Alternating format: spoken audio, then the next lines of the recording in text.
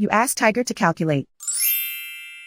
This deals with linear inequalities with one unknown. The final result is t smaller than -3.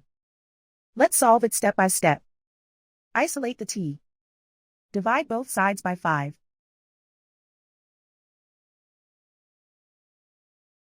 Simplify the fraction.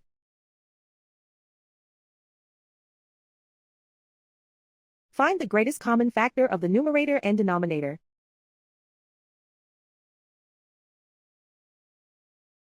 Factor out and cancel the greatest common factor.